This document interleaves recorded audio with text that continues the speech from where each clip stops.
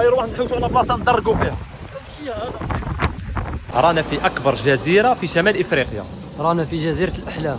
رانا بالضبط في جزيره جربه التونسيه. ويلكم تو جربة يا وليدي. تحويسة هذه المرة كانت لجزيرة جربة المتواجدة في جنوب تونس وبالتحديد في ولاية مدنين، واللي يبلغ عدد سكانها حوالي 160 ألف نسمة. وبدينا بأعرق مكان واللي هو حومة السوق. وليك اللباس التونسي، وهذه يسميوها البلوزة.